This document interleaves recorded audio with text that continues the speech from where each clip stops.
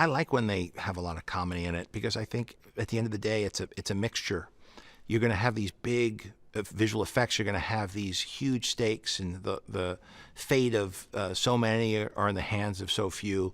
And humor is a great way to help smooth all of that out and let an audience enjoy themselves. And that goes back to the books. That goes back to, what Stan Lee did. And I think part of Marvel, a big part of Marvel, was the comedy. It was the humanity, the naturalism of the humanity of the flawed heroes. You had the villains who might have been misguided, but there was always a kernel of justification in what motivated them, and there was dimension to the villains, and then there was always the real world setting. I grew up, it was set in New York, and this one in Queens. This one it starts off in the neighborhood I grew up in. He goes to the school that's based on the school I went to, the high school, Bronx Science, and it was always, it felt real, and the humor felt real. The humor felt like it wasn't these gods up in the clouds. It was human beings dealing with these situations as anybody would if they found themselves in those circumstances.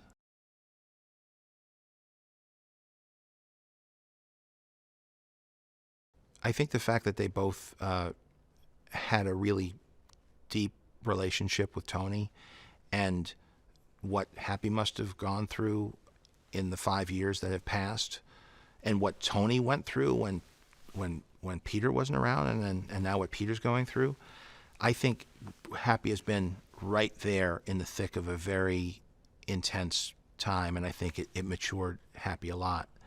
And I think that one of the things you could do as a supporting character in a world populated by superheroes is you could be there and help them and support them, because you can't do it, but that without you they might not be able to be their best selves. And so I think, and as I get older in life, it's like you see that that's really there's a calling to that of being, because we're all interdependent. And so I think, at least I projected on the character, that he takes all of this much more seriously.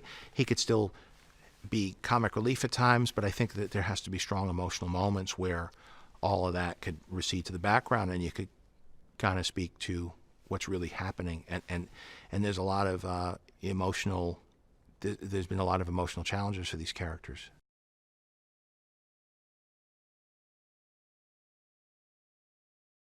What's really fun about this is that there's so many different settings, and you have an established set of characters, and you have a honestly limited amount of storylines that you could pursue and still maintain the Marvel formula of hero versus villain.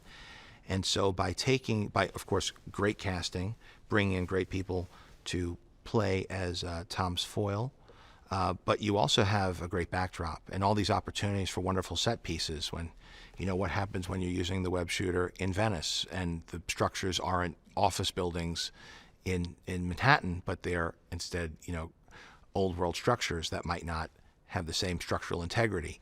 What happens when you're, traveling to places where you don't belong? How does that feel, even if you're not a superhero, even if you're just a student, having your eyes open to what the world is like, and all different cultures and different settings and histories. And of course, from a filmmaking perspective, it's really fun for them, I think, to use this as inspiration for, hey, where would I love to put a set piece? How cool would it be for us to be filming in the Tower of London or outside the Tower of London?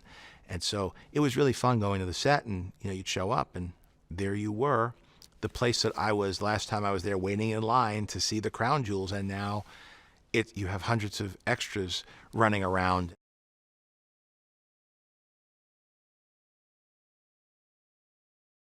I'm getting to do stuff that I couldn't ever do if I was directing or worrying about all the things that the filmmakers are worried about. I get to just come in and say, where do you want me? What do I have to do in the scene? How can I help?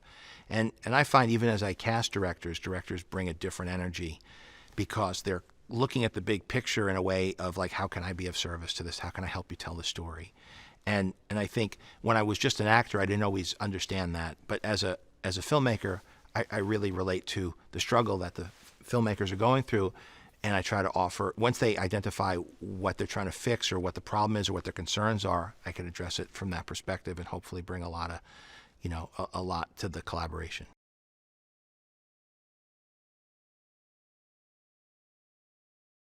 The whole Aunt May storyline more serves as the teen comedy version of how could we make Peter off balance as a high school student. And so that's something straight out of John Hughes or, that type of movie. And so so much of the film is, hey, how are we going to solve this problem? How are we going to fight this bad guy? How are we going to get the tech back online? How are you going to, all of these lofty things that you would deal with in an Iron Man movie, but then he's worried about his relationships at school or who his aunt is dating and all the weirdness that makes for such, so fertile for comedy in intergenerational relationships in a teen comedy.